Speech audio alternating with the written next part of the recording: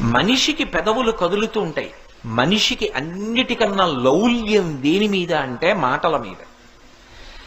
మనిషికి చాలా చవకబారుగా దొరికేటటువంటి సుఖం ఏమిటంటే మాట్లాడడం. ఎందుకని ఏమీ తోచట్లేదు అనుకోండి, పక్కింటి వాడిని పిలిచి మాట్లాడడం. ఏమీ తోచట్లేదు అనుకోండి, ఆయన ఏదో పాపము చదువుకుంటాడు, ఆయన ఏదో పని చేసుకుంటాడు, ఆయన ఇంటికి వెళ్ళి కూర్చుని మాట్లాడడం. ఆయన ఇంటికి ఎందుకు?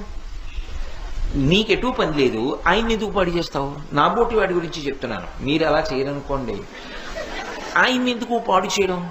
అంటే ఓ రూపాయి ఖర్చు అక్కర్లేదు కదా, మాట్లాడుకుంటే చాలు. కానీ ఈశ్వరుడు మాట ఎంత గొప్పగా ఇచ్చాడు. ఎవ్వరికీ లేదు మాట, మనుష్యుడికి ఒక్కడికే ఉంది. ఆ మాట చేత ఎంత కష్టంలో ఉన్నవాణ్ణి ఓదార్చవచ్చు. మాటతో బ్రతికుదాం అనుకున్నవాణ్ణి కూడా చచ్చిపోయేటట్టు చేసేయచ్చు. రావణాసురుడు మాట్లాడిన